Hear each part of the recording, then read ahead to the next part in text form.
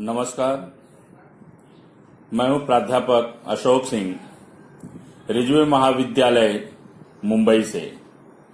आज के इस वीडियो में आप सभी का स्वागत है।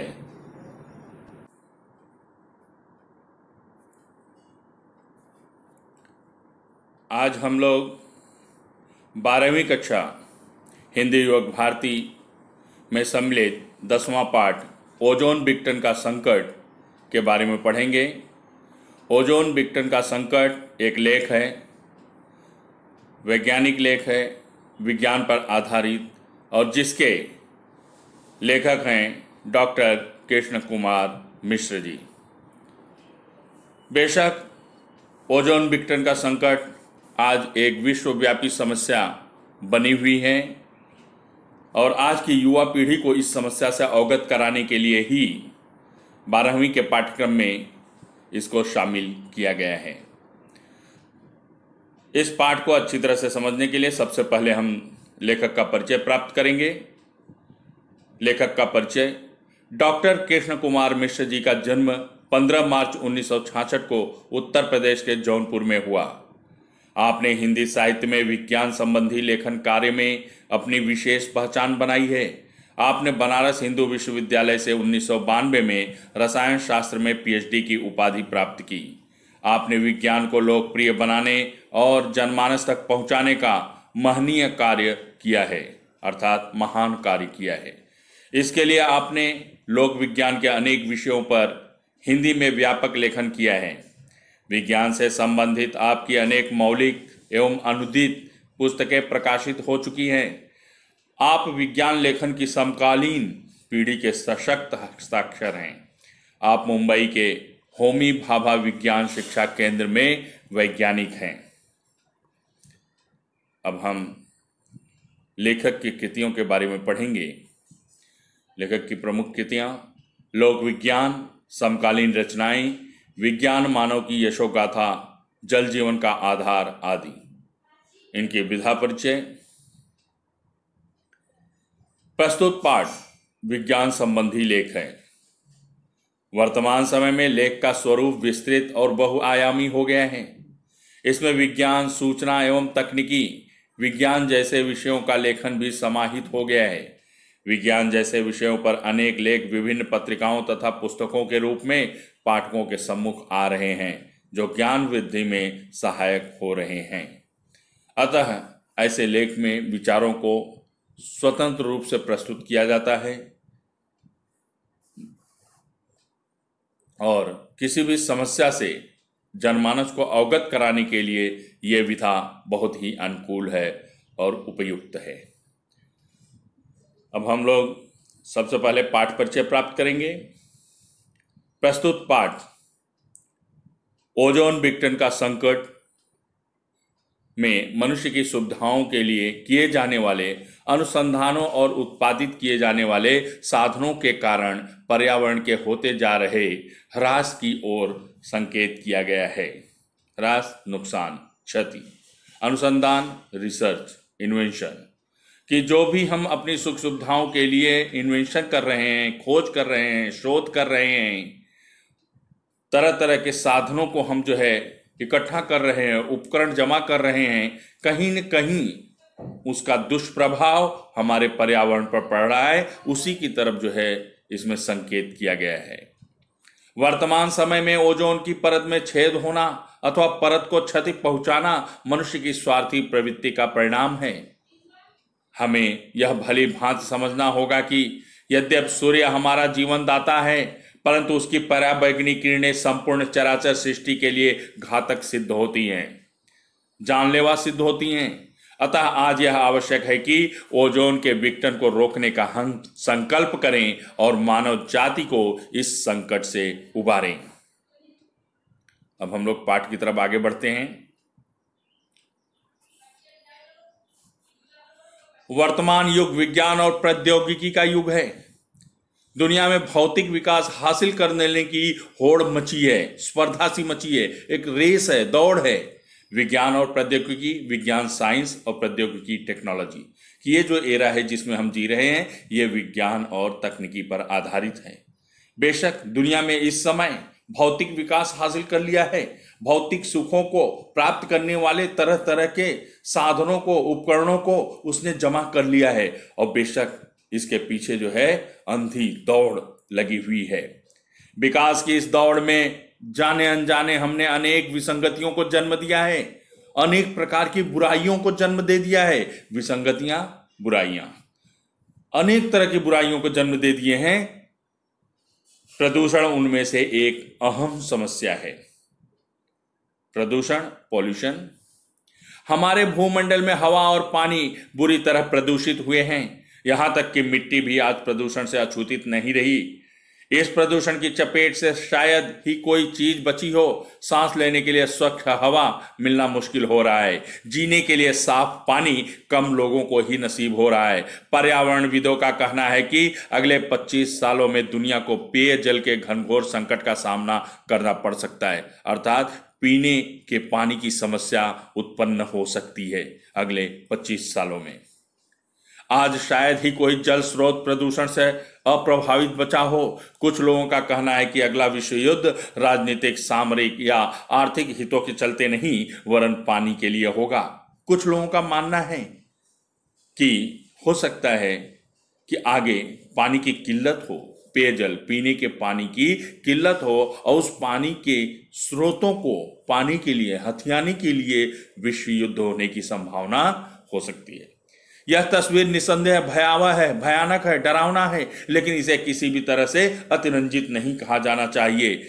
परिस्थितियां जिस तरह से बदल रही हैं, हालात जिस तरह से बदल रहे हैं और धरती पर संसाधनों के दोहन के चलते जिस तरह से जबरदस्त दबाव पड़ रहा है तथा समची परिस्थिति का तंत्र जिस तरह चरमरा गया है, उसके चलते कुछ भी संभव हो सकता है।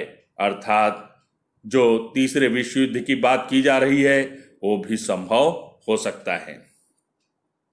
फिलहाल यहां हम पर्यावरणीय प्रदूषण के सिर्फ एक पहलू की चर्चा कर रहे हैं और वह है ओजोन विघटन का संकट। पिछले कई वर्षों से पूरी दुनिया में इसकी चर्चा हो रही है तथा इसे लेकर खासी चिंता व्यक्त की जा रही है। आखिर यहां सवाल समची मानव सभ्यता के अस्तित्व का है। प्रश्न उठता है कि यह ओजोन है क्या, यह कहां स्थित है और उसकी उपयोगिता क्या है, इसका विघटन क्यों और कैसे हो रहा है, ओजोन विघटन के खतरे क्या क्या हैं और यदि ये खतरे एक हकीकत हैं तो इस दिशा में हम कितने गंभीर और इससे निपटने के लिए क्या कुछ एहतियाती कदम उठा रहे हैं। ऐसे सवाल, ऐसे प्रश्न मन में उठ रहे हैं। जरूरी भी है, लाजमी है, स्वाभाविक है। तो सबसे पहले हम देखते हैं कि ओजोन क्या है। ओजोन एक गैस है जो ऑक्सीजन के 3 परमाणुओं से मिलकर बनी होती है। जरा ध्यान दीजिए, ओजोन क्या है? एक गैस है जो ऑक्सीजन के 3 परमाणु से मिलकर बनी होती है, अर्थात O3। यह गैस नीले रंग की होती है। इसका रंग नीला होता है और प्रकृति में तीक्ष्ण और विषैली होती है। काफी तीक्ष्ण है, तेज है और जहरीली है। यह मानव स्वास्थ्य के लिए हानिकारक होती है और श्वसन नलिका में जाने पर जलन पैदा करती है। लेकिन वायुमंडल में मौजूद यही गैस हमारी रक्षा भी करती है। अब हमारी रक्षा कैसे करती है? यह वह ओजोन गैस है जिसकी वजह से धरती पर जीवन फल फूल सका है।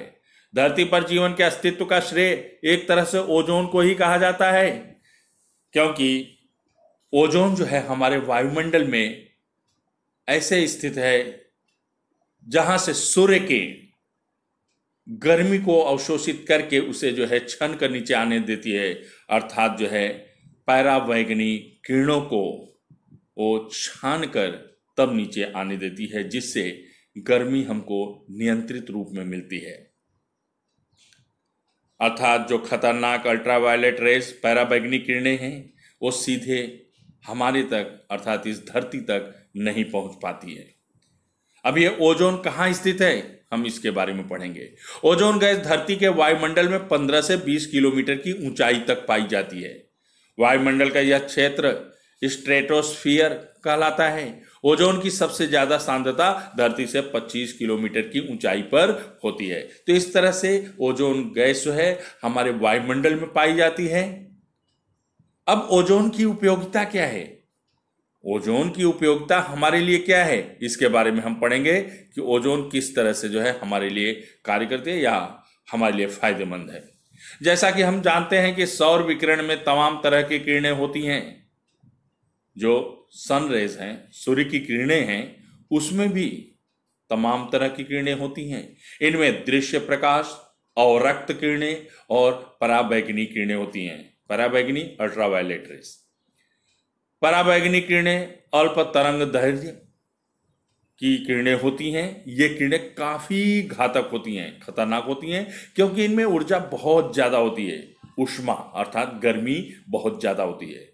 हमारे वायुमंडल में मौजूद ओजोन बाह्य अंतरिक्ष से आने वाली पराबैंगनी किरणों को अवशोषित कर लेती है, एब्जॉर्ब कर लेती है और उन्हें धरती तक नहीं आने देती।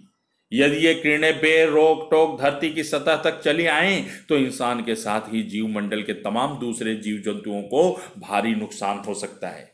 इन पराबैंगनी किरणों से मनुष्यों में त्वचा के कैंसर से लेकर दूसरे अनेक तरह के रोग हो सकते हैं। जिस तरह रोजमर्रा के जीवन में सामान्य छतरी, धूप और बरसात से हमारा बचाव करती है, उसी तरह वायुमंडल में स्थित ओजोन की परत हमें घातक किरणों से बचाती है, अर्थात जो है छतरी का काम करती है। इसीलिए प्रायः इसे ओजोन छतरी के नाम से भी पुकारते हैं। सभ्यता के आदिम काल से, सृष्टि की शुरुआत से ही यह छतरी जीव जंतुओं और पेड़ पौधों की रक्षा करती रही है और उसके तले सभ्यता फलती फूलती रही है। इस तरह से हमने देखा कि ओजोन किस तरह से हमारे लिए उपयोगी है। इस धरती पर अगर जीवन संभव है तो सिर्फ ओजोन की वजह से।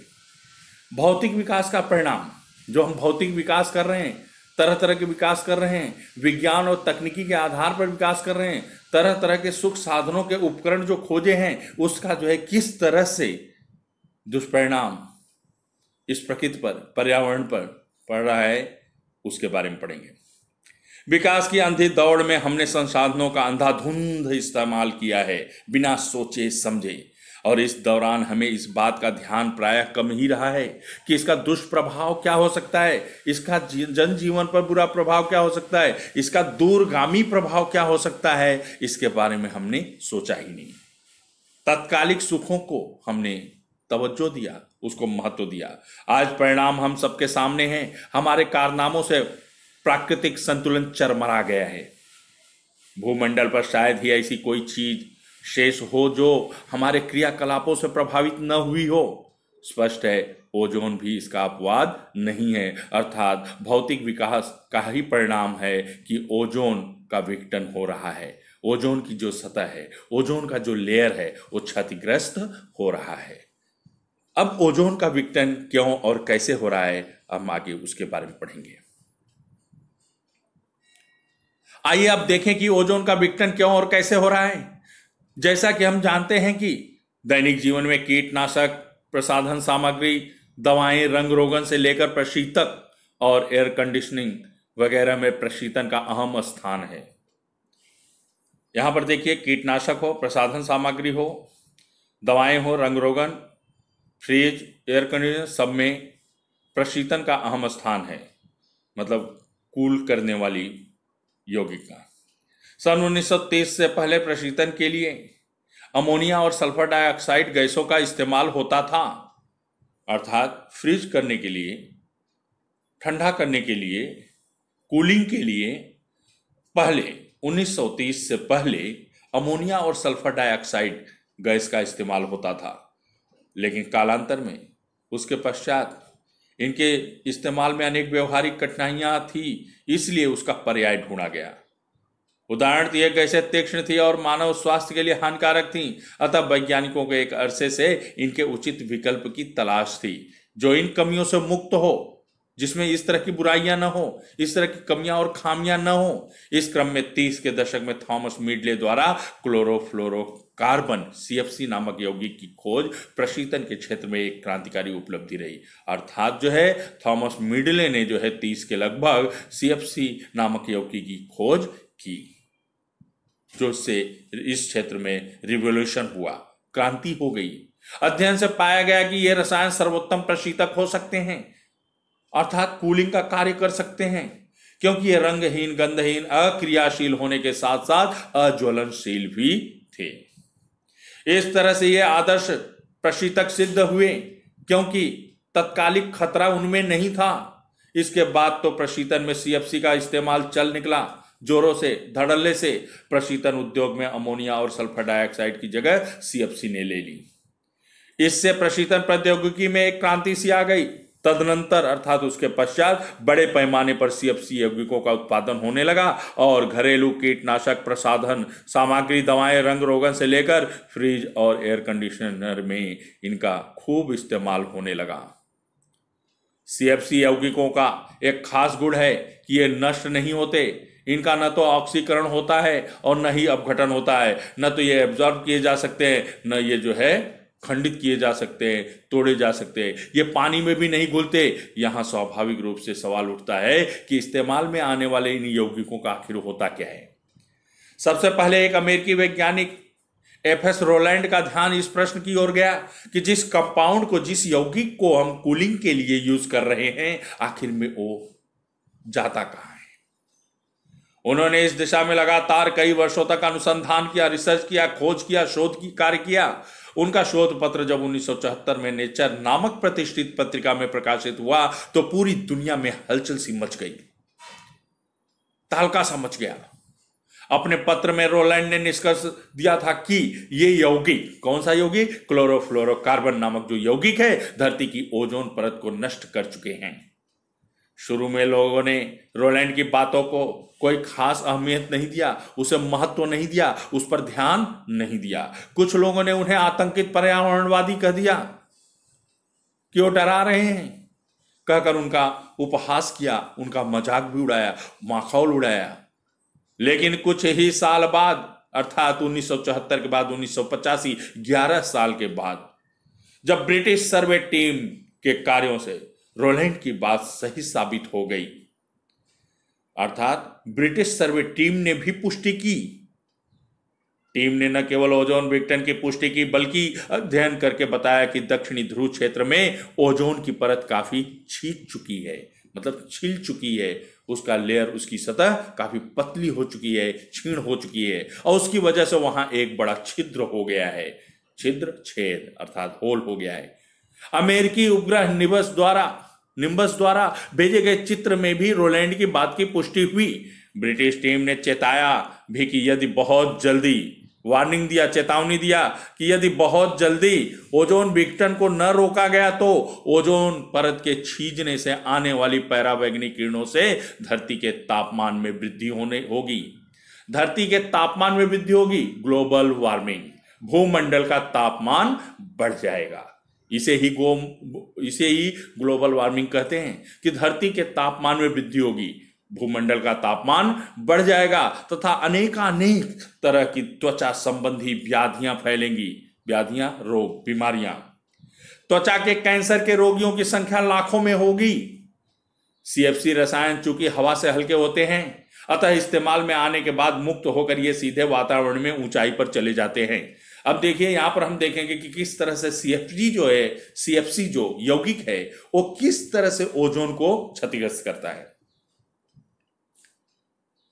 यह जो है हवा से हल्की होती है और जब जो है रिलीज होता है, मुक्त होता है, तो मुक्त होकर के सीधे जो है वायुमंडल में सबसे ऊंचाई पर पहुंच जाते हैं और वायुमंडल में ऊपर पहुंचे पर ये यौगिक पराबैंगनी किरणों के संपर्क में आते हैं, जहां इनका प्रकाश अपघटन होता है, फोटोलाइसिस होता है। अब फोटोलाइसिस से क्लोरीन मुक्त मूलक पैदा होते हैं, अर्थात जो है जो कंपाउंड रूप रहता है क्लोरोफ्लोरोकार्बन का मिला हुआ रूप, वो जो है वहां पर विघटन होता है, वो मुक्त हो जाते हैं, रिलीज हो जाते हैं। अर्थात वहां पे समझो कि रिएक्शन हो जाता है, उसका क्रिया होती है और क्लोरीन अलग हो जाता है। अब क्लोरीन के मुक्त मूलक ओजोन से अपक्रिया करके उसे ऑक्सीजन में बदल देते हैं। जो ओजोन का सतह है वहां पर O3, उसके साथ जो है क्लोरीन का रिएक्शन होता है, क्लोरीन की क्रिया होती है और नतीजा क्या होता है, O3 का जो है विघटन होता है और O3 जो है ऑक्सीजन में बदल जाता है। नतीजा ये कि उसका जो है विघटन होते जाता है और विघटन होने के कारण जो है उसकी सतह जो है पतली होती जाती है। तो देखिए क्या कहते हैं कि ऑक्सीजन में बदल देते हैं। इस तरह ओजोन का ह्रास होने से ओजोन की परत धीरे धीरे खींचती जा रही है कि उसका भी जो संयोजन था वो टूटता है, विघटन होता है और जो यौगिक रूप है वो धीरे धीरे खत्म होता है। ओजोन की भी जो सांद्रता डेंसिटी थी वो धीरे धीरे जो है खत्म होती है और इस तरह से उसकी लेयर, उसकी सतह जो है कमजोर होती चली जाती है, पतली होती चली जाती है। वस्तुतः आज ओजोन छतरी का अस्तित्व ही संकट में पड़ गया है। जिस सीएफसी को हम निष्क्रिय समझते थे कि वह मानव जीवन के लिए हानिकारक नहीं है, रंगहीन था, गंधहीन था, वो अज्वलनशील था, वह किसी चीज कैसी भी क्रिया नहीं करती थी, वो हमारी गलतफहमी थी क्योंकि हमने उसने जो है गहराई में उसका अध्ययन नहीं किया था। लेकिन अब पता चला कि नहीं, वो तो जो है जानलेवा है, उसका दूरगामी परिणाम बहुत बुरा हुआ। वह इतनी सक्रिय है कि उससे निकला एक क्लोरीन मुक्त मूलक ओजोन गैस के 1,00,000 अणुओं को तोड़कर ऑक्सीजन में बदल देता है। ऐसा श्रृंखला अपक्रिया के कारण होता है। कहने का तात्पर्य श्रृंखला अपक्रिया, चैन रिएक्शन, वो एक बार रिएक्शन करके नहीं रुकता है, लगातार जब तक उसका अस्तित्व वहां पर मौजूद रहता है, उसके छोटे छोटे भी जो है मतलब अंश रहते हैं और लगातार जो है रिएक्शन करते रहते हैं, जिसके कारण जो है ओजोन की सतह बुरी तरह क्षतिग्रस्त होती जा रही है। यहां गौरतलब है कि सन 1974 में पूरी दुनिया में सीएफसी की खपत 9 लाख टन थी। पिछले कई वर्षों के शोध से मालूम हुआ है कि दक्षिणी ध्रुव के ऊपर मौजूद छिद्र आकार में बढ़ता जा रहा है। हाल के वर्षों में उत्तरी ध्रुव के ऊपर भी ओजोन के विघटन और ओजोन आवरण में छिद्र पाए जाने की सूचना मिली है, जो बेहद चिंतनीय है। और इस समस्या से, गंभीर समस्या जिससे का बुरा परिणाम पड़ सकता है, मानव जीवन या जीव खत्म हो सकते हैं, इसके कारण जो है पूरा विश्व चिंतित हो उठा। पूरे विश्व में हलचल मच गई। फिर लोगों ने इस समस्या का समाधान ढूंढने के लिए एकजुट हुए। आइए देखते हैं कि किस तरह से विचार विमर्श किया गया। ओजोन संकट पर विचार विमर्श। ओजोन संकट पर विचार करने के लिए दुनिया के अनेक देशों की पहली बैठक 1985 में वियना में हुई और बाद में सितंबर 1987 में कनाडा के शहर मॉन्ट्रियल में बैठक हुई, जिसमें दुनिया के 48 देशों ने भाग लिया था। इस बैठक में जिस मसौदे को अंतिम रूप दिया, इस बैठक में जिस मसौदे को अंतिम रूप दिया उसे मॉन्ट्रियल प्रोटोकॉल कहते हैं। इसके तहत यह प्रावधान रखा गया कि सन 1995 तक सभी देश सीएफसी की खपत में 50% की कटौती तथा 1997 तक 85% की कटौती करेंगे। मसौदे के कई बिंदुओं पर विकसित और विकासशील देशों के बीच मतभेद उभर कर सामने आया। मुद्दा था गैर सीएफसी प्रौद्योगिकी तथा उसका हस्तांतरण।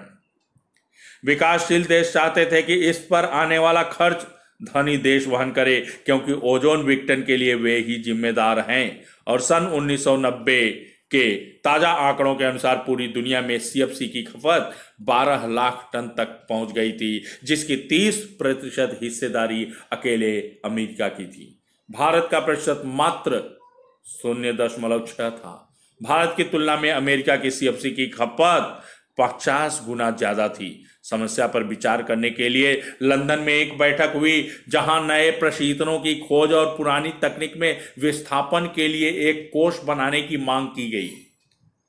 यहां विकासशील देशों के दबाव के चलते विकसित देशों को कई रियायतें देनी पड़ी और इसके अंतर्गत नई तकनीकों के हस्तांतरण में मदद के साथ साथ सीएफसी के विकल्प की खोज में दूसरे देशों को धन मुहैया कराना मुख्य है। कि वहां पर विश्व स्तर पर जब बैठक हुई उसमें जो है ये निर्णय लिया गया कि आने वाले जो है कल में, अर्थात जो है 2010 तक जो है हमें सीएफसी बंद करना है। पहले 50% की कटौती, फिर 85% की कटौती को अंजाम दिया जाएगा और इस बीच में जो कुछ भी पर्याय के रूप में दूसरा प्रशीतन खोजा जाएगा, उसके लिए जो है विकासशील देशों को रियायत दी जाएगी और जितने भी विकसित देश हैं वो उनकी सहायता करेंगे। समझौते के तहत यह व्यवस्था कि सन 2010 तक विकासशील देश सीएफसी का इस्तेमाल एकदम बंद कर देंगे और इस दौरान विकसित देश नए प्रशीतकों की खोज में विकासशील देशों की आर्थिक मदद करेंगे। स्थिति की गंभीरता को देखते हुए दुनिया के सभी देशों ने इस बारे में विचार करके समुचित कदम उठाने शुरू कर दिए। अब हम देखते हैं कि ओजोन विघटन के खतरे क्या क्या हैं। कि इस तरह से जैसे जो है ओजोन की जो है विघटन हो रहा था, ओजोन क्षतिग्रस्त हो रहा था, उसकी सतह, उसका लेयर जो है छीजन हो रहा था, कमजोर हो रही थी, उसमें छेद हो रहे थे। यदि ऐसा होता गया तो किस तरह की समस्याओं का सामना करना पड़ सकता है, किस तरह की कठिनाइयां या किस तरह का खतरा पैदा हो सकता है, उसके बारे में पढ़ते हैं। ग्रीन हाउस के प्रभाव के कारण आज धरती का तापमान निरंतर बढ़ रहा है। इसमें ओजोन विघटन की भी अहम भूमिका है। पराबैंगनी किरणें जब तक धरती तक आती हैं तो स्थलमंडल में मौजूद वस्तुओं द्वारा अवशोषित कर ली जाती हैं, एब्जॉर्ब कर ली जाती हैं और ये वस्तुएं पराबैंगनी के अवशोषण के बाद अवरक्त विकिरण उत्सर्जित करती हैं। इनमें से फिर से गर्मी निकलती है। ये किरणें वापस वायुमंडल के बाहर नहीं जा पाती हैं क्योंकि हवा में मौजूद कई गैसें उन्हें अवशोषित कर लेती हैं। इस तरह से धरती का तापमान बढ़ता है, भूमंडल का तापमान बढ़ता है और इस तापमान बढ़ने से ध्रुवों पर जमी हुई विशाल बर्फ राशि के पिघलने के समाचार भी आ रहे हैं। बड़े बड़े जो ग्लेशियर हैं, बड़े बड़े जो हिमखंड हैं, वो पिघलने लगे हैं। यदि ऐसा होता रहा तो समुद्र का जल स्तर बढ़ेगा और तमाम तटीय क्षेत्र पानी में डूब सकते हैं। कहने का मतलब ये कि जब समुद्र का जल स्तर बढ़ेगा तो समुद्र के किनारे जितने भी शहर या देश बसे हुए हैं सब जल में मग्न हो जाएंगे, अर्थात जलमय हो जाएंगे। ताप वृद्धि से जलवायु में जबरदस्त बदलाव आ सकता है कि भूमंडल का बढ़ते हुए तापमान, ग्लोबल वार्मिंग की वजह से हमारी ऋतुएं भी प्रभावित हुई हैं। मानसून में परिवर्तन के साथ कहीं अतिवृष्टि तो कहीं अकाल जैसी स्थिति आ सकती है। अतिवृष्टि बहुत अधिक वर्षा होना, जिसका जो है विरोधी शब्द होता है अनावृष्टि। कहीं पे जो है बहुत ज़्यादा बारिश हो जाएगी, कहीं पे बाढ़ आ जाएगा तो कहीं बारिश ही नहीं होगी, कहीं पे सूखा पड़ जाएगा, अकाल पड़ जाएगा। इस तरह की समस्याएं जो है सामने आ सकती हैं भूमंडल के बढ़ते तापमान के कारण। और मानसून में परिवर्तन के साथ कहीं अतिवृष्टि तो कहीं अकाल जैसी स्थिति आ सकती है। वैसे विगत एक सदी के दौरान भूमंडल में काफी परिवर्तन पाया गया है। हाल ही में शोध के बाद पाया गया कि हिमालय में गंगोत्री स्थित गोमुख हिमनद हर साल 18 मीटर पीछे की ओर खिसकता जा रहा है। अगर यही हाल रहा तो संभव है कि 21वीं सदी के प्रथमार्ध तक यही हिमनद तथा साथ ही हिमालय के दूसरे हिमनद भी गलकर समाप्त हो जाएं। ऐसे में उत्तर भारत में बहने वाली नदियों का अस्तित्व मिट जाएगा। जो 12मासी नदियां कहलाती हैं, 12 महीने उनमें पानी रहता है, उनका अस्तित्व मिट जाएगा, वो सूख जाएंगी। और नतीजा क्या होगा कि मैदानों की उपजाऊ भूमि ऊसर में बदल जाने से कोई रोक नहीं सकेगा। जो उपजाऊ जमीन है वो सब अनुपजाऊ हो जाएंगी। अगर समय रहते स्थिति पर काबू नहीं पाया गया तो इसके गंभीर परिणामों से इनकार नहीं किया जा सकता। ओजोन विघटन के व्यापक दुष्प्रभावों के चलते इंसानी सभ्यता संकटापन्न है, आज मुसीबत में है। अतः जरूरत है कि फौरन इससे निपटने के लिए समग्र समुचित कदम उठाएं जाएं, अन्यथा कल तक तो शायद बहुत देर हो जाएगी। यह प्रस्तुत लेख ओजोन का विघटन या ओजोन विघटन का संकट लोक विज्ञान समकालीन रचनाएं संग्रह से ली गई हैं। मुझे पूरा विश्वास है कि आप सभी लोगों को यह लेख पसंद आया होगा, समझ में आ गया होगा। तो चलिए आगे हम लोग जो है स्वाध्याय कार्य की तरफ बढ़ते हैं। आकलन। ओजोन गैस की विशेषताएं नीले रंग की होती हैं, प्रकृति में तीक्ष्ण और विषैली होती हैं। ओजोन विघटन के दुष्प्रभाव, धरती का तापमान निरंतर बढ़ेगा, त्वचा कैंसर की बीमारी फैलेगी। शब्द संपदा किदंत बनाइए, कहना कहावत, लगना लगाओ, बैठना बैठक, छीजना छीजन। पर्यायवाची विकास, तरक्की, उन्नति, प्रगति। दुनिया, विश्व, जगत, संसार। हवा, वायु, समीर, पवन। पानी, जल, नीर, क्षीर। स्वच्छ, साफ, शुद्ध, निर्मल। ह्रास, क्षति, क्षय, नुकसान। नसीब, तकदीर, भाग्य, प्रारब्ध। संकट, विपदा, विपत्ति, मुसीबत। धरती, पृथ्वी, वसुंधरा, वसुधा। विष, जहर, हलाहल, गरल। प्रकाश, रोशनी, उजाला, किरण। अनुसंधान, अन्वेषण, खोज, शोध। विपरीतार्थक, अर्थात विलोम शब्द, विकास का ह्रास, विकसित अविकसित, निष्क्रिय सक्रिय, दक्षिणी उत्तरी, आमदनी खर्च, समस्या समाधान, पुरानी नई, विस्थापन स्थापन, मुख्य गौड़, उचित अनुचित, प्रभाव दुष्प्रभाव, अतिवृष्टि अनावृष्टि, आवरण अनावरण, प्रभावित अप्रभावित, संतुलित असंतुलित, आकार निराकार, व्यवस्था अव्यवस्था, विघटन संयोजन, अहम साधारण, हित अहित, संभव असंभव, उपजाऊ अनुपजाऊ, सभ्य असभ्य, स्वच्छ अस्वच्छ। प्रत्यय युक्त शब्द, प्रभावित प्रभाव धन इत प्रत्यय है, सामरिक समर्धन इक, आर्थिक अर्थ धन इक, विकसित विकास धन इक, प्राकृतिक प्रकृति धन इक, वैज्ञानिक विज्ञान धन इक, यौगिक योग धन इक, स्वाभाविक स्वभाव धन इक, आतंकित आतंक धन इत, अवशोषित अवशोषण धन इत। यहाँ पर इक और इत प्रत्यय हैं जो शब्द के अंत में जुड़ते हैं। प्रत्यय हमेशा मूल शब्द के अंत में जुड़ते हैं और एक नया शब्द बनाते हैं। उपसर्ग युक्त शब्द, उपसर्ग हमेशा जो है शब्द के पहले जुड़ता है, जिसे अंग्रेजी में प्रीफिक्स कहते हैं। परिस्थिति परिधन स्थिति, अविकसित अधन विकसित, अवशोषित अवधन शोषित, अज्वलनशील अधन ज्वलनशील, अवशोषण अवधन शोषण, दुष्प्रभाव दुर्धन प्रभाव, परिवर्तन परिधन वर्तन, अतिवृष्टि अतिधन वृष्टि, अप्रभावित अधन प्रभावित, अतिरंजित अतिधन रंजित। अब हम अभिव्यक्ति वाले भाग पर चलते हैं। अभिव्यक्ति के लिए मुद्दा दिया हुआ है, भौतिक विकास के कारण उत्पन्न होने वाली समस्याओं के बारे में अपने विचार व्यक्त कीजिए।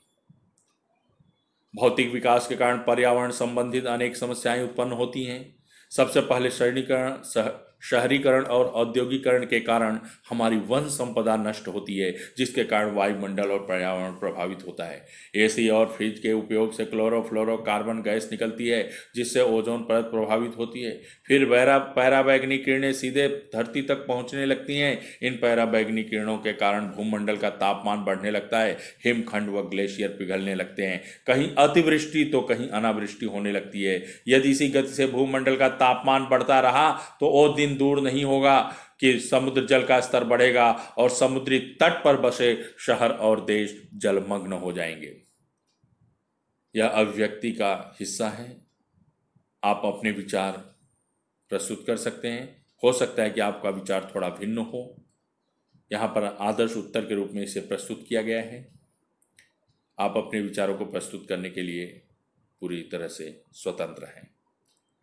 दूसरा मुद्दा, पर्यावरण रक्षा में हमारा योगदान, इस विषय पर लिखिए। पर्यावरण के साथ मानव का गहरा संबंध है। पर्यावरण के संतुलन के साथ मानव जीवन जुड़ा हुआ है।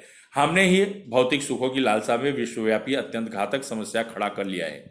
दरअसल प्रदूषण और भूमंडल का बढ़ता तापमान गंभीर समस्या बन गया है। जीवन को सुचारू रूप से चलाने के लिए पर्यावरण का संतुलन व संरक्षण बहुत ही आवश्यक है। पेड़ों की कटाई बंद करके पेड़ लगाने होंगे, उनका संरक्षण करना होगा, वन संपदा को बचाना होगा। पर्यावरण के अनुकूल जो साधन होंगे उन्हीं का उपयोग करना होगा। यह मानकर चलना है कि पेड़ रहेंगे तो हमारा जीवन रहेगा। इसलिए ज्यादा से ज्यादा पेड़ लगाना है और पर्यावरण बचाना है। अतः पेड़ लगाकर उनकी देखभाल करके हम पर्यावरण रक्षा में योगदान दे सकते हैं। पाठ पर आधारित लघुत्तरी प्रश्न, ओजोन विघटन संकट से बचने के लिए किए गए अंतरराष्ट्रीय प्रयासों को संक्षेप में लिखिए। सर्वप्रथम अमेरिकी वैज्ञानिक एफ.एस. रोलैंड ने जिज्ञासावश क्लोरोफ्लोरोकार्बन यौगिक का अनुसंधान किया, जिसमें धरती के ओजोन परत के नष्ट होने का निष्कर्ष मिला, जिससे हलचल मच गया। ज्यादातर राष्ट्र चिंतित हो गए। लगभग एक दशक के पश्चात ब्रिटिश टीम ने भी चेतावनी दी कि ओजोन परत के छीजन के कारण पैराबैंगनी किरणें धरती तक पहुंचेंगी और भूमंडल का तापमान बढ़ जाएगा, त्वचा संबंधी बीमारी फैलेगी और पूरा विश्व चिंतित हो उठा। और इस समस्या अर्थात ओजोन संकट पर विचार करने के लिए अंतरराष्ट्रीय स्तर पर 1985 में वियना में पहली बैठक हुई। फिर 1987 में कनाडा में दूसरी बैठक हुई, जिसमें 48 देशों ने हिस्सा लिया। और इस बैठक में यह निर्णय लिया गया कि 1995 तक 50% और 97 तक 85% CFC में कटौती करेंगे। दूसरी तरफ इस संकट से उबरने के लिए विकसित देश विकासशील देशों को रियायत देंगे और सहयोग करेंगे। 2010 तक सभी लोग सीएफसी के प्रयोग को पूरी तरह से बंद कर देंगे। प्रशीतक के लिए दूसरा पर्याय ढूंढा जाएगा जिसमें विकसित देश पूरा सहयोग करेंगे। अतः ओजोन विघटन संकट की गंभीरता को समझते हुए विकसित देश पूरा सहयोग भी किए। क्लोरोफ्लोरोकार्बन नामक यौगिक की खोज प्रशीतन के क्षेत्र में क्रांतिकारी उपलब्धि रही, स्पष्ट कीजिए। सन 1930 से पहले प्रशीतन के लिए अमोनिया और सल्फर डाइऑक्साइड गैसों का इस्तेमाल होता था, लेकिन उनके इस्तेमाल में अनेक व्यवहारिक कठिनाइयां थी। यह गैसें तीक्ष्ण थी और मानव स्वास्थ्य के लिए हानिकारक थी। अतः वैज्ञानिकों को एक लंबे समय से अरसे से इनके उचित विकल्प की तलाश थी जो इन कमियों से मुक्त हो। इस क्रम में 30 के दशक में थॉमस मिडले द्वारा क्लोरोफ्लोरोकार्बन नामक यौगिक की खोज प्रशीतन के क्षेत्र में एक क्रांतिकारी उपलब्धि रही। अध्ययन से पाया गया कि यह रसायन सर्वोत्तम प्रशीतक हो सकते हैं क्योंकि वे रंगहीन, गंधहीन, अक्रियाशील होने के साथ साथ अज्वलनशील भी थे और इस तरह से ये आदर्श प्रशीतक सिद्ध हुए। इसके बाद तो प्रशीतन में सीएफसी का इस्तेमाल चल निकला। प्रशीतन उद्योग में अमोनिया और सल्फर डाइऑक्साइड की जगह सीएफसी ने ले ली। इससे प्रशीतन प्रौद्योगिकी में क्रांति सी आ गई। तदनंतर बड़े पैमाने पर सीएफसी यौगिकों का उत्पादन होने लगा और घरेलू कीटनाशक, प्रसाधन सामग्री, दवाएं, रंग रोगन से लेकर फ्रिज और एयर कंडीशनर में इनका खूब इस्तेमाल होने लगा। इस तरह सिद्ध होता है कि क्लोरोफ्लोरोकार्बन नामक यौगिक की खोज प्रशीतन के क्षेत्र में क्रांतिकारी उपलब्धि रही है। मुझे पूरा विश्वास है कि आप लोगों को प्रस्तुत लेख ओजोन विघटन का संकट अच्छी तरह से समझ में आ गया होगा। यदि समझ में नहीं आया है तो कृपया इस वीडियो को दोबारा सुने, देखें। यदि फिर भी किसी तरह की कठिनाई है, समस्या है, कुछ संदेह है तो आप कमेंट बॉक्स में लिख करके मुझे अवगत कराएं। मैं आपकी समस्या का समाधान करने का पूरा प्रयास करूंगा। धन्यवाद। मेरी शुभकामनाएं आपके साथ हैं।